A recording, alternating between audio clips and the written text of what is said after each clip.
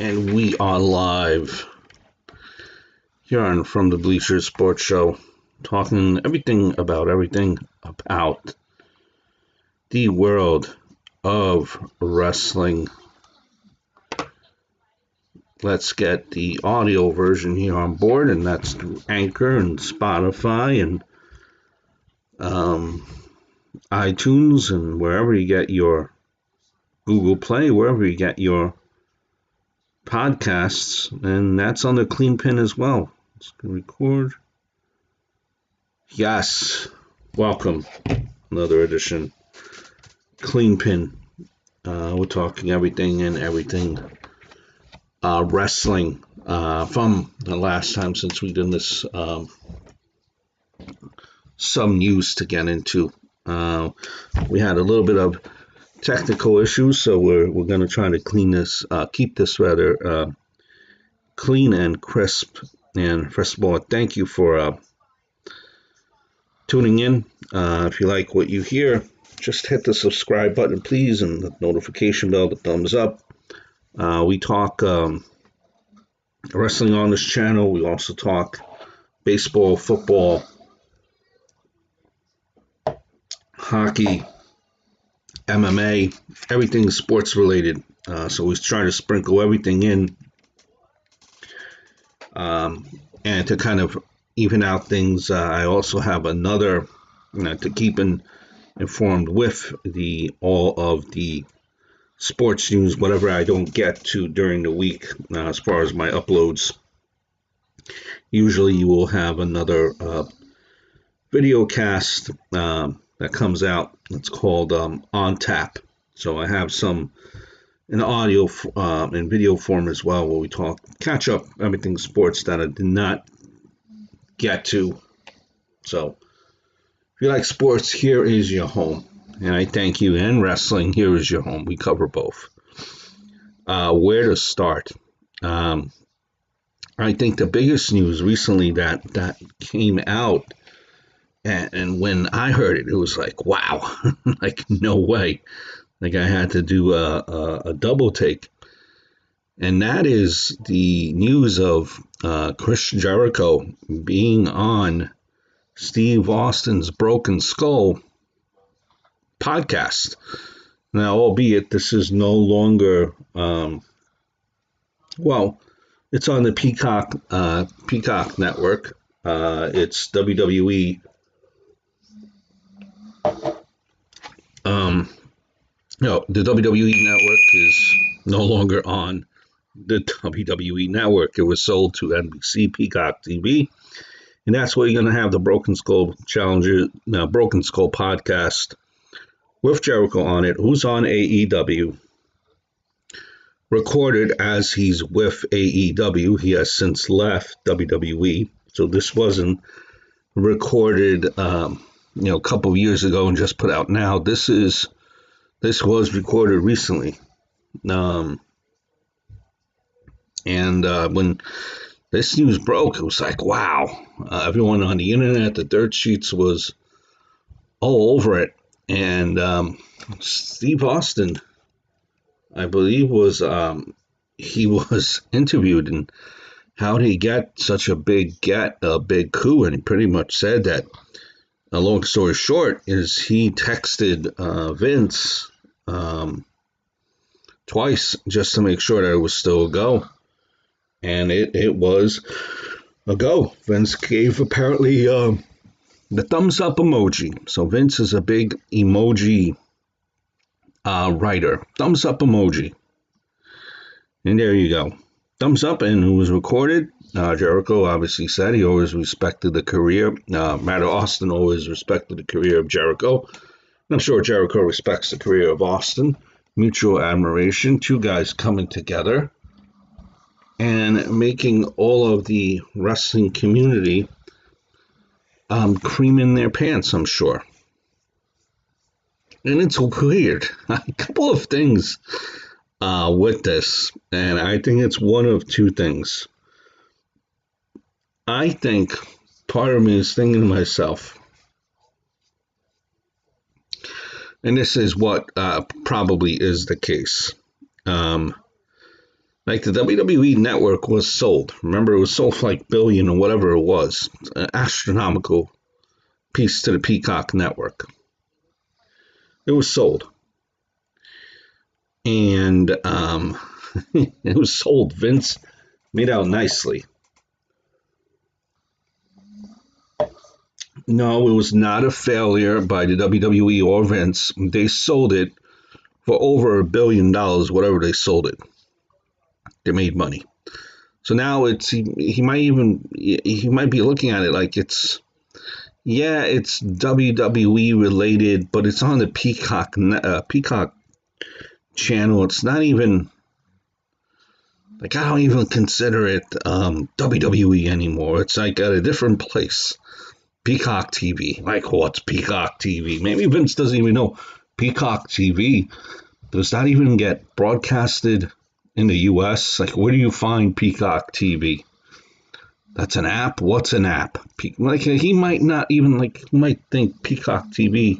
He might be so clueless or so oblivious or just so in his lane that he might not even be like, nah, it's this thing even being broadcasted. I don't know. I just know I made $2 billion. That's a horrible Vince voice. By no means am I trying to impersonate a Vince voice. He might he might be just like I don't know, like Peacock TV, Austin Peacock TV. Who's Austin anyway? A word is apparently where Austin no longer is on a Vince calling relationship with Vince McMahon. It's now strictly text messages, and when it is text messages, as Vince gets back to him, gives him an answer in a couple of days. No longer is Vince McMahon picking up that phone call right away. So a part of me is saying that Vince like maybe thinks of it like out of sight, out of mind. It's not even like Peacock TV. Like what? Like Peacock TV. I mean, it's just he might not even know where it is. Honestly, he might not even care. It was like, I don't want to get an explanation about this. It's whatever you want to do. Or it could be where Vince very well knows what Peacock TV is.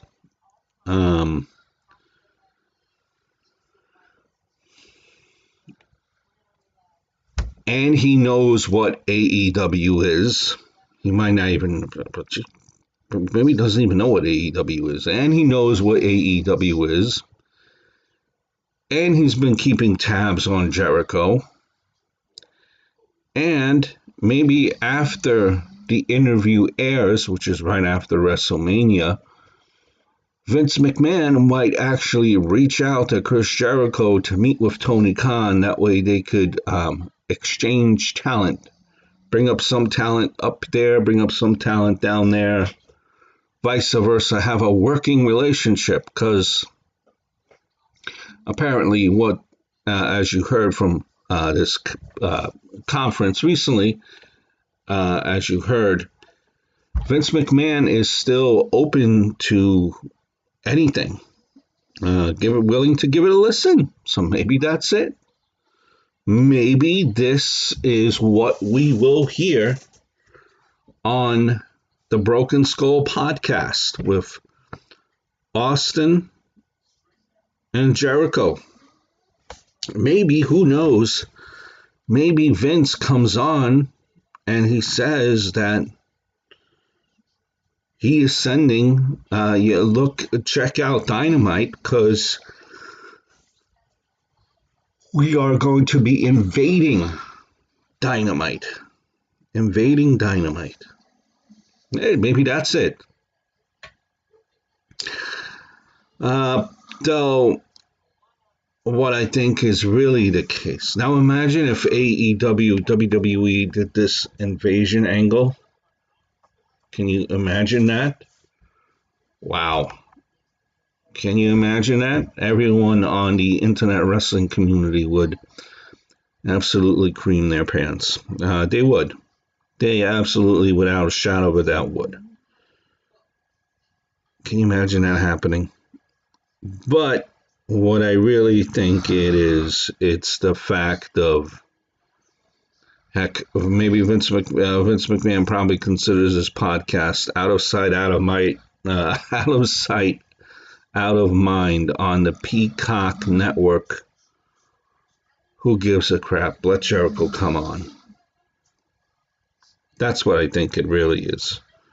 As much as I would really like it to be choice two, which I don't think is the case at all.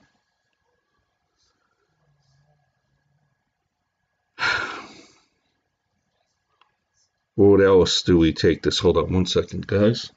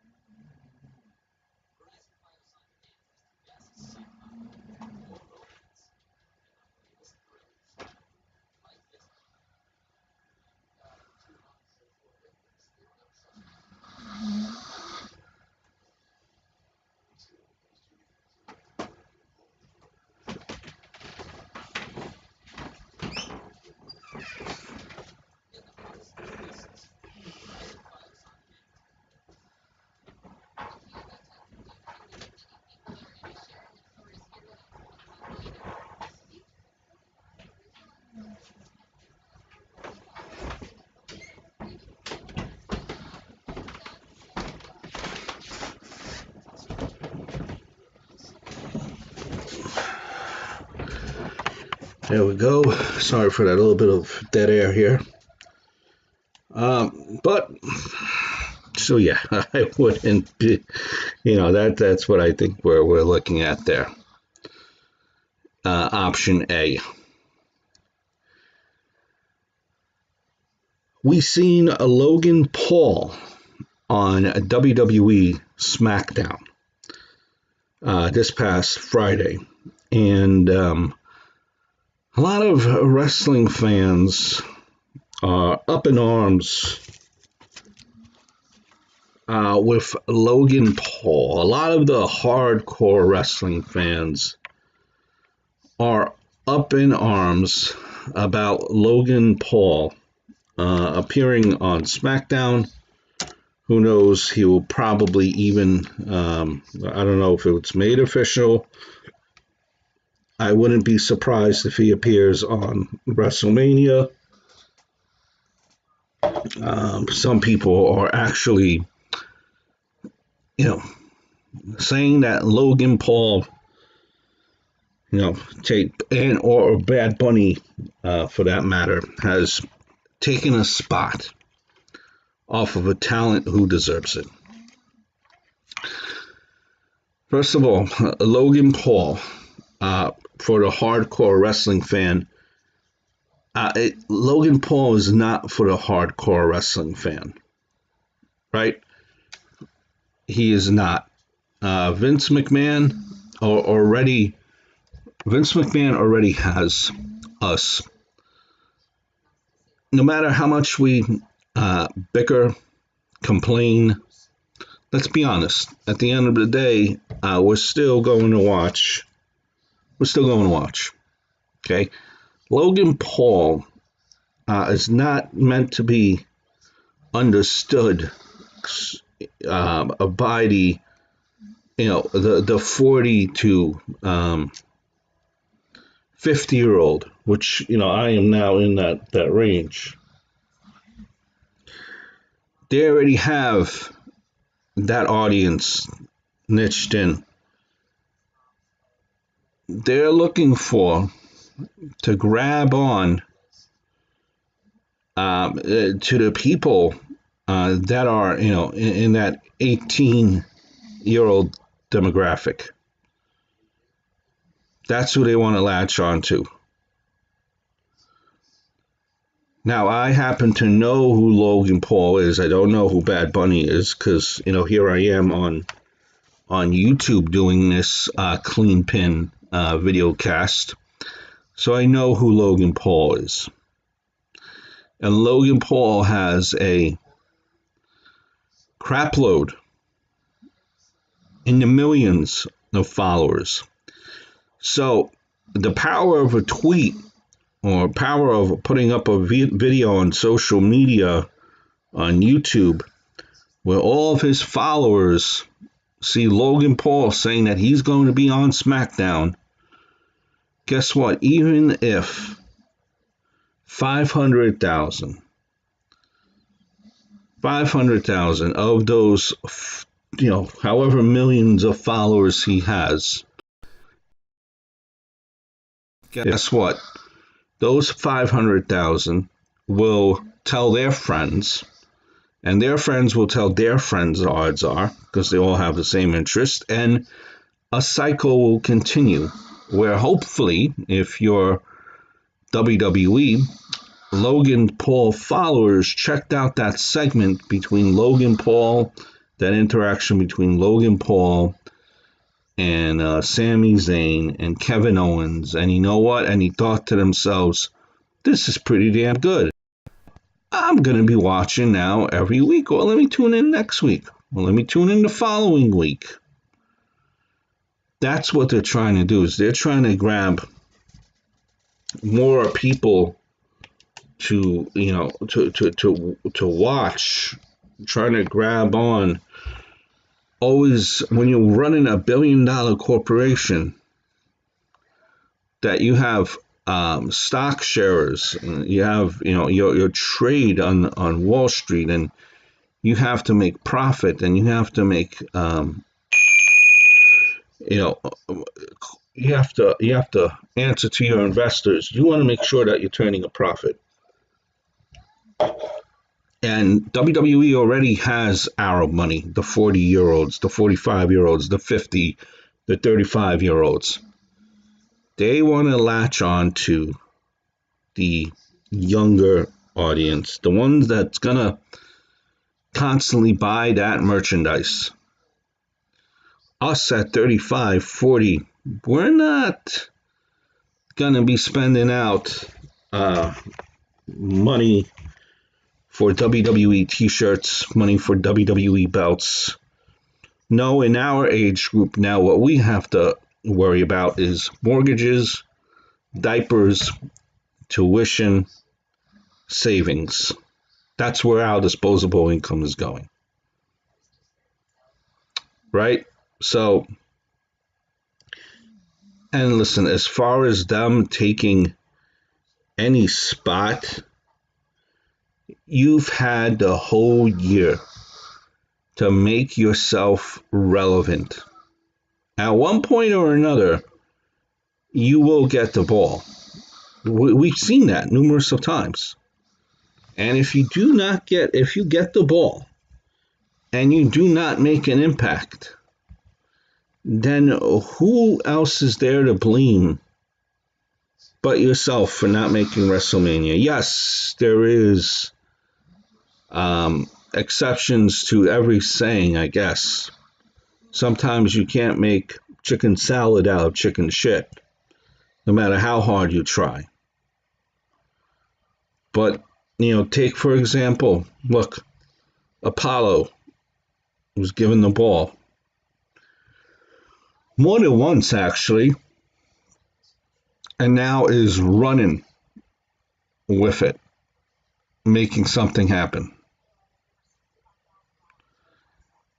You have to sometimes be accounted for your own actions as well.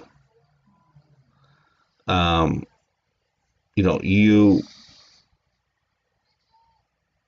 have to play a part. So you have no one really to be mad at, but mad at yourself if you're not on, if you can't make it to the WrestleMania, card. Logan Paul, Bad Bunny, because they're on it. and I'm not sure about Logan Paul, but because they're on it, uh, it's not for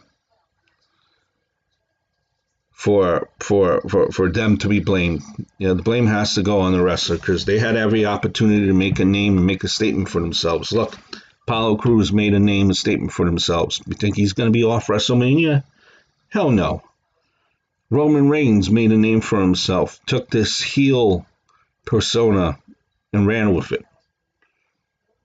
Do you think he's going to be off WrestleMania? No, absolutely not. Absolutely not. You have to be responsible. You have to be accountable for your own actions sometimes. And, you know, WWE needs to bring in revenues, needs to bring in new eyes. And that's what Logan Paul, Bad Bunny, does for the WWE. So you're gonna, you're gonna have to get used to it. Make an impact where you don't find yourself off of the WrestleMania card, right? So you have to make an impact, or else you're gonna find yourself in a position where you do not want to be.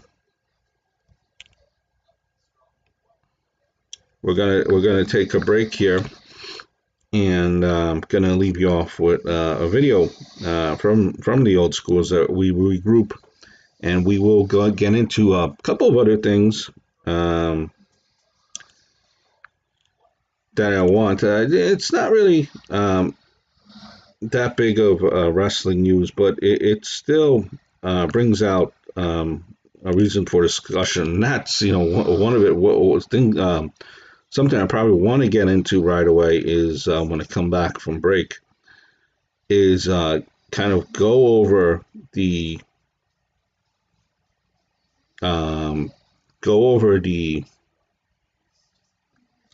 NWA roster, which I think is pretty damn uh, pretty damn superb. Before I leave you guys, let's see what we have here, what we could bring up, kind of rejuvenate the finisher, rejuvenate, get the wrestling juices flowing for you guys. See, we're gonna do.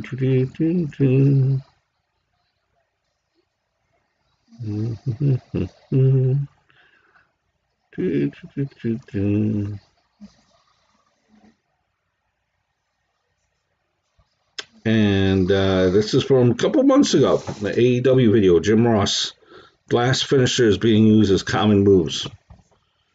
What do you think about Jim Ross's statement? Has AEW think approved in that area, that regard? Here we go. Take a listen.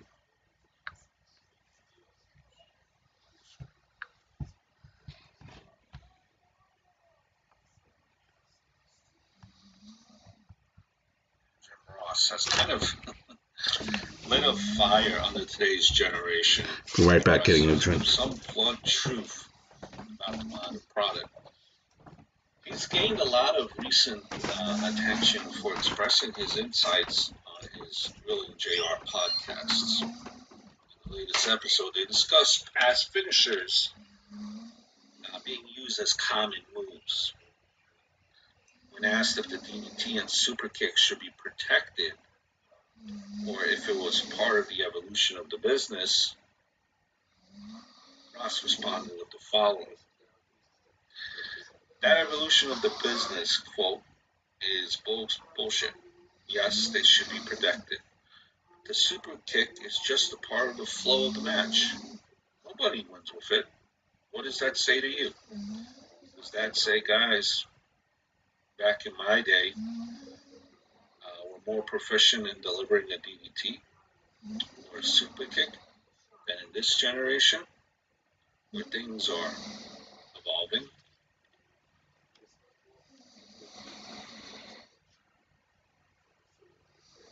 I want some proof of that shit, he goes on to say.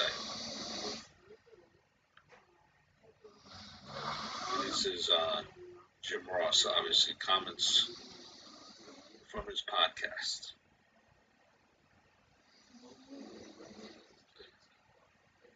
I want somebody to prove to me that the changing of the wrestling business is at what it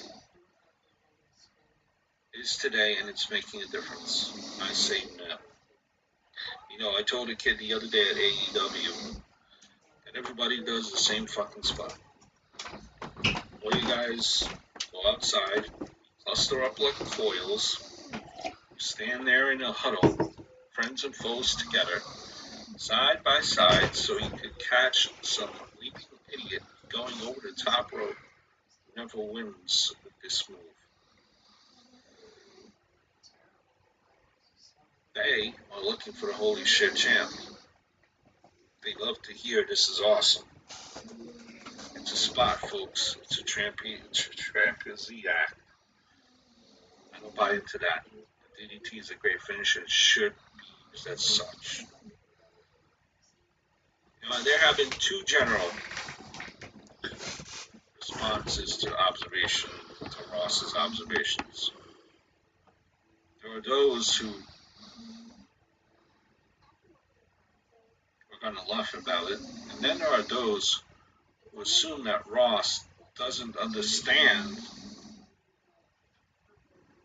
the product as well as they should because he is older than them. Anyone who is foolish enough to dismiss Ross's comments, to me, only reinforce the negative stereotypes about younger generations. He is far more than a friendly voice you are used to hearing on TV and in video games as a kid. Ross has called and studied more matches than most wrestlers will ever watch. He is there besides the crowd whenever they react to each spot or promo. He also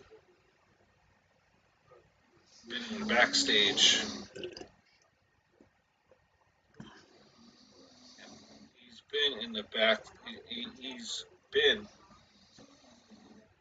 backstage agent in one of the largest North American promotions during its peak.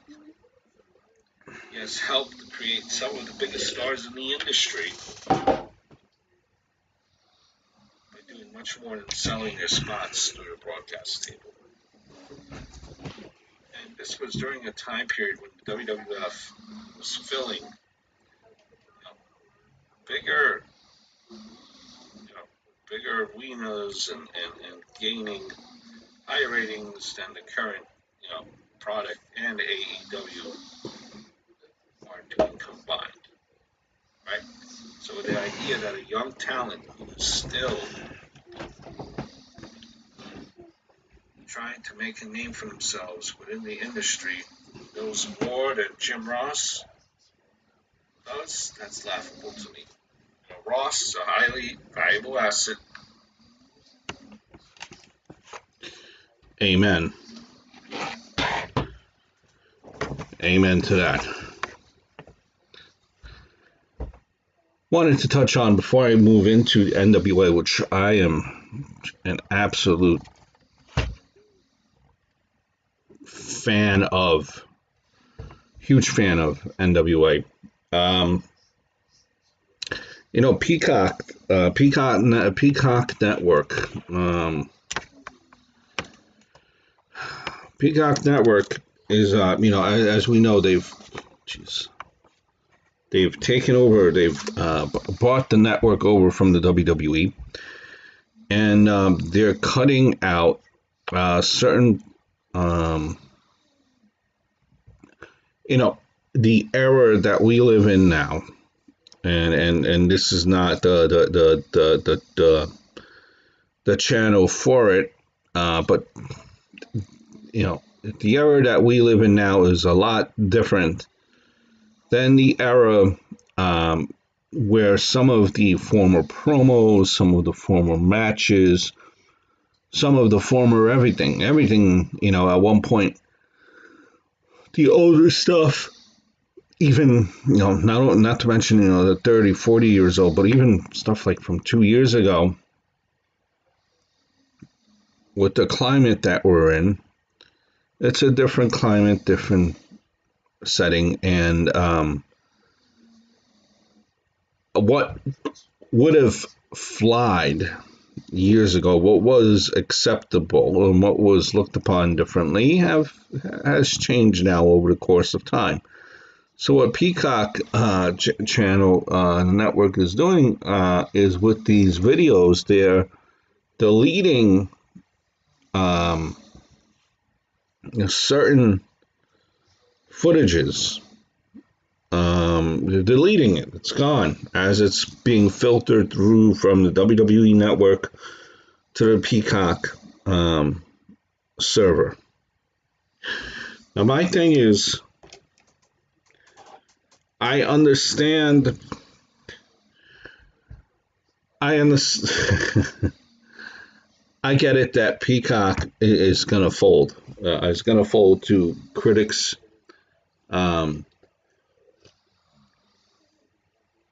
They don't want no one to be offended. If just one person is offended for whatever silly reason, based on whatever silly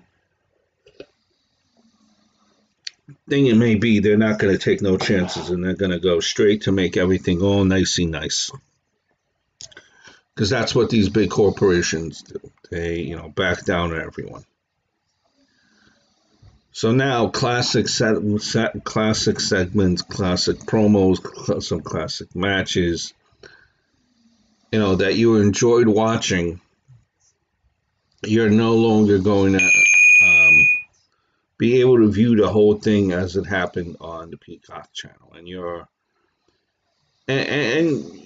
upset about it. You could rightfully be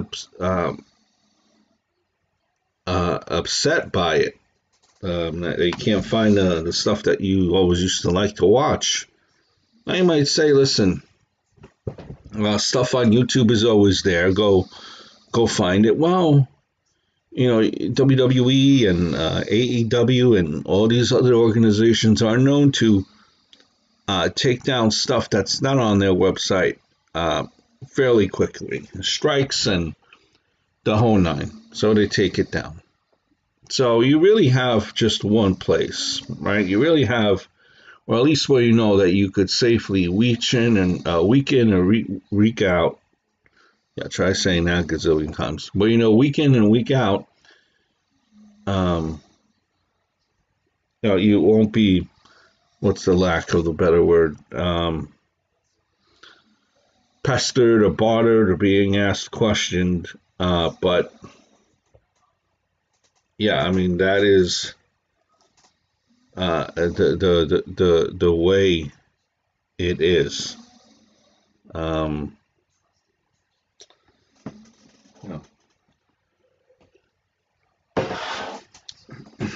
The copyright strikes come from WWE and AEW too, quickly. So YouTube, it might not be an option very, very soon.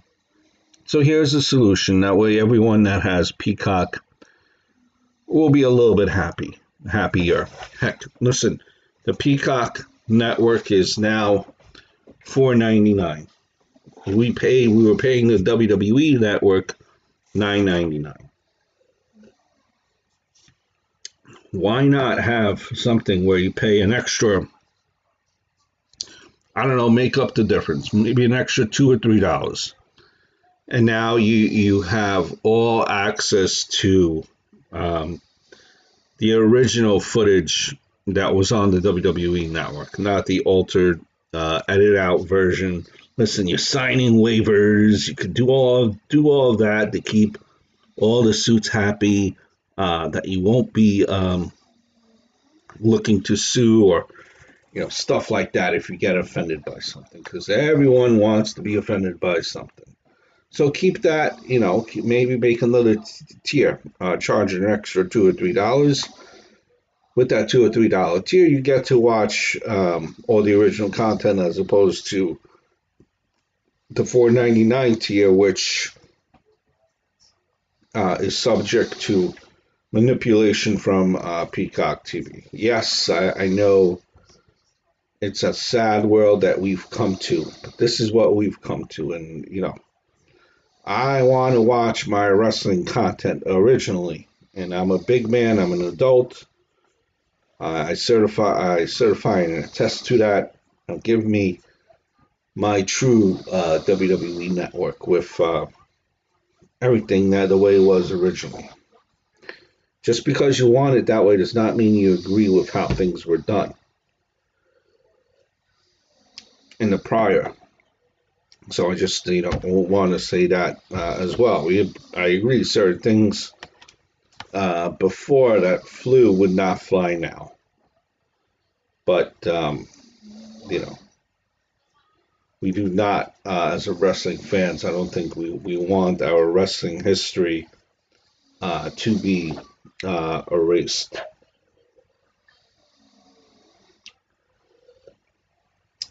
Speaking of which, the NWA is back. The NWA is back. I am a big fan of NWA. Extremely big fan of NWA. It's really saddened, among other things, when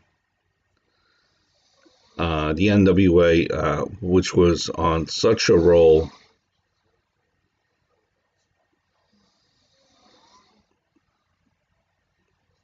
and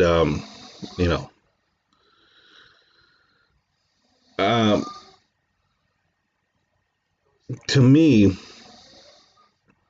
what NWA did, okay, they needed to do. People were saying, oh, NWA came back, that they were gone because of the pandemic. Now, I agree with you. I think maybe Billy was out a little bit way too long. And I was worried for NWA because, the wrestling organizations, the wrestling, they've started to implement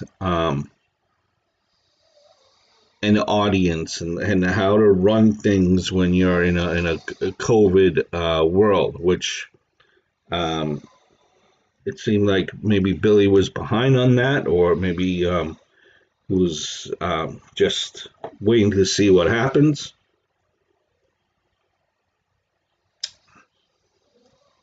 But that's neither here or there, right? NWA is now back. And they're on Fight TV, and they charge you, I believe it's $4.99, and you could watch, NWA there on Fight TV. This is what they needed to do. This is what they needed to do. People are complaining that they're not going to pay that cost. What do you expect them to do? What type of money or income that they had coming in?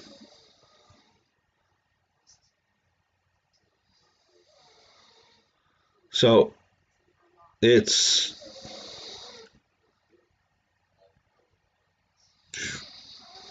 well. So again, it's something that's needed, and because you want to keep the company on float. There's only so much that Billy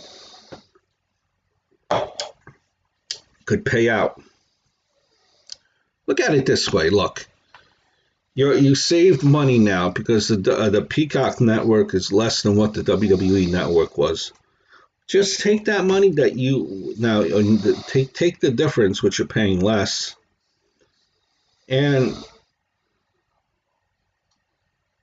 and he used that to buy the Fight TV, get the Fight TV app. That way you could see NWA every week, 6:05. Not only that, you could see a lot more content there, not just NWA. But that's something that Billy needed to do. He's been without income for so long, I would imagine, and why not? Uh, why not run something where you could generate some type of money, some type of income? So they need to make it work, and that's why you're seeing what you're seeing.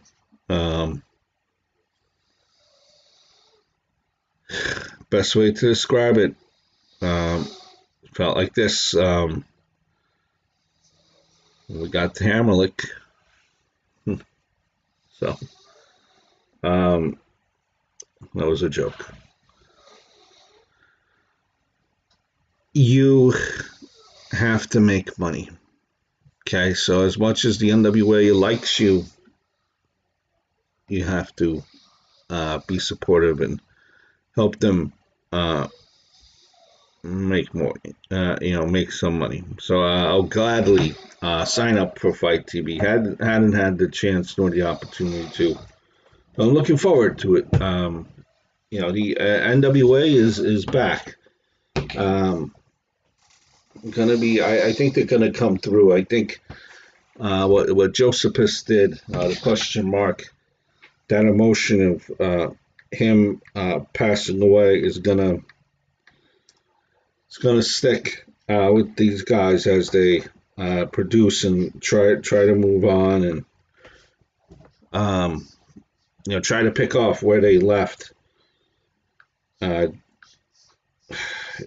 prior to COVID, because they were on a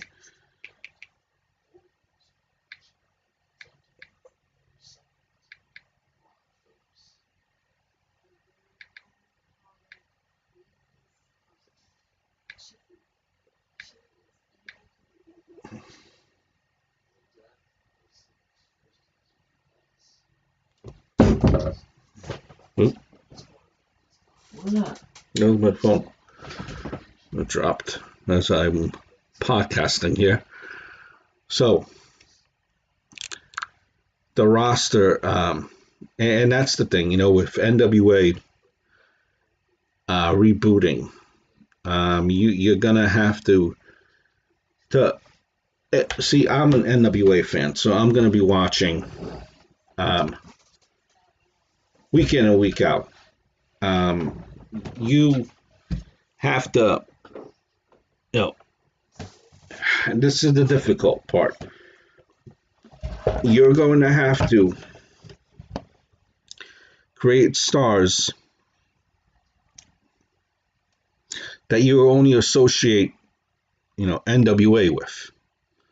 You have to create your own star, and make him be the reason why you watch said programming. You need someone with charisma.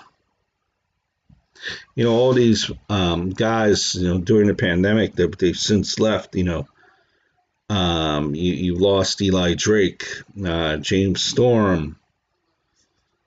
Looks like Daisuke as well. A lot of these guys went their own way, and they made an impact. That's what NWA needs to do. They need to find these guys wherever they come from, whether it be Ring of Honor, Shimmer, all these other indie promotions, smaller promotions, and make a guy your own. Make them be who you associate NWA with. I think that's something that NWA has to kind of look forward to, kind of look into as they've done this reboot. But I cannot disagree with what they did as far as going to Fight TV and this being a pay kind of weekly thing, and you're paying monthly. So it's something that will help NWA. With that, we're approaching the 45-minute mark here.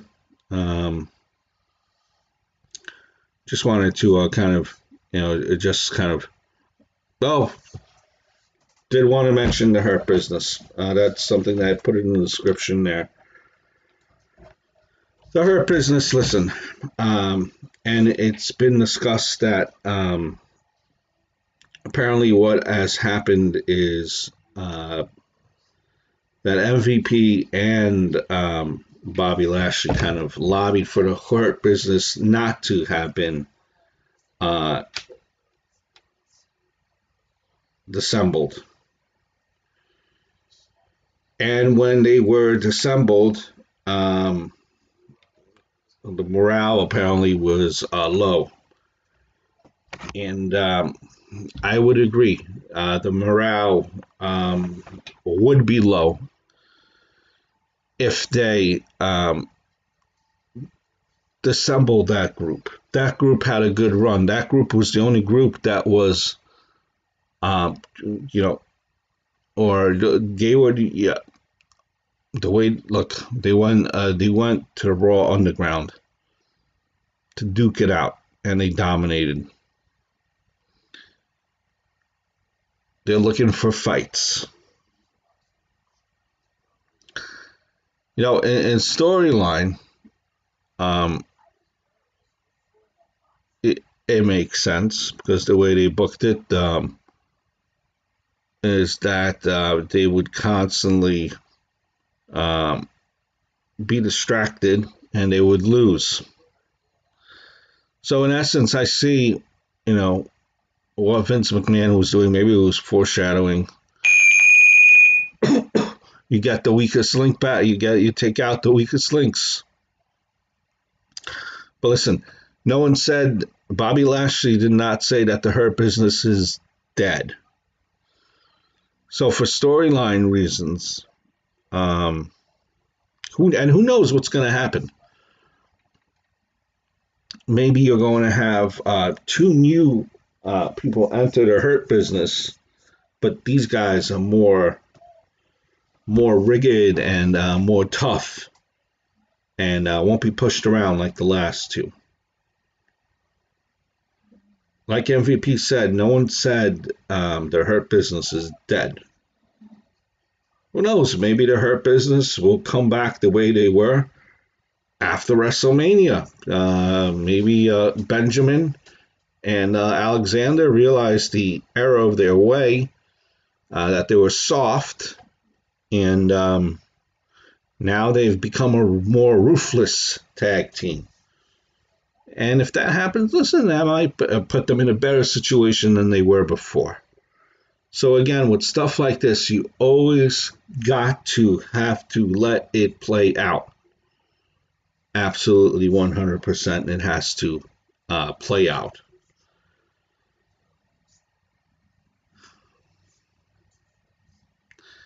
With that being said, I think we're going to call it a night here on Cleanpin.